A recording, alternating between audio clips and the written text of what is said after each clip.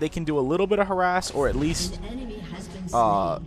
you know, not die to their person that they're fighting, so they do a little bit of damage to them, or they basically have to give up their lane, really, and that's a problem. So a good example of such, guys you'll see solo top that are good picks. You'll see Irelia solo top, extremely strong solo top, because she's got the health regen, she's got the stun if she gets lower on health, so she does really good and she also does really good damage in general. So that's one thing there.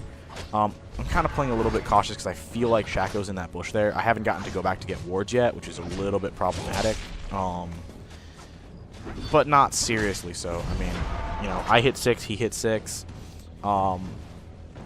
So the one thing I'm sure people are wondering is why I didn't just jump on him right there. We're both 6. He's under my tower. Reason being because of that. The whirlwind means he can basically get out of my ult.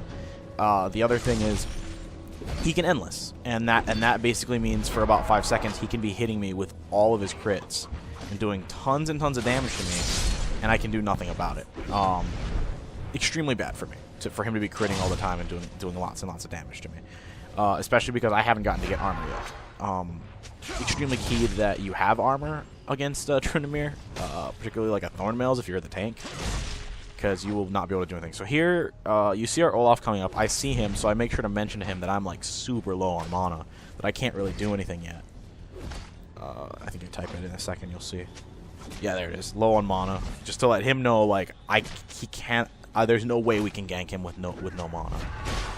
So instead, you know, he does the smart thing. He kind of tosses to pull him away, and then I think he lets me go back here. Yeah, he lets me go back. Very, very smooth. Sometimes you need that. Sometimes your jungler just has to watch the lane for you and cover it, and that's pretty standard. Olaf is a very, very good lane holder.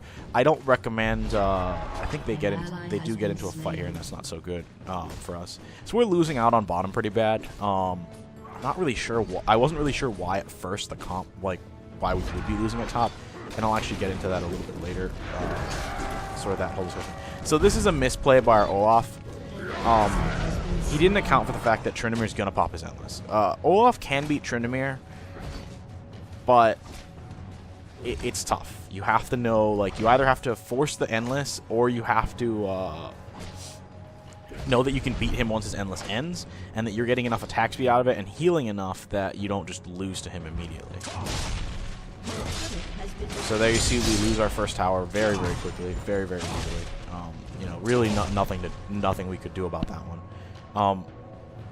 So here you see me with a fairy charm, a cloth armor, and 2 wards. Oh, and boots as well. The 2 wards are pretty standard. You want to ward out about here and here. This ward is a tough one. A lot of people, if you really wanted to, you could just ward right here and be done. I really like warding this 3 bush, especially when they have a jungler, because what tends to happen a lot of the time is junglers will park themselves, or somebody will come through like right there, and there you actually see me catching sight of Shaco as well. So you see me kind of notice them, so I back off just a tad. See Shaco again. There you see the pop. Kind of in a weird spot. But, you know, they don't do a lot of damage to me. I flash away, pop my E and Q combo to pull it away even more.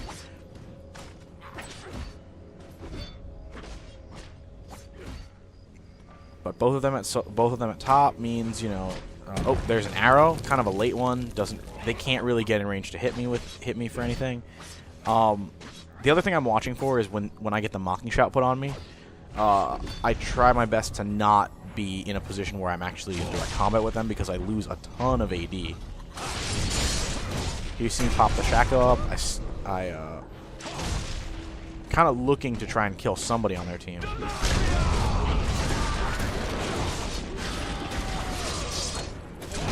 There you see us kill the Shaco.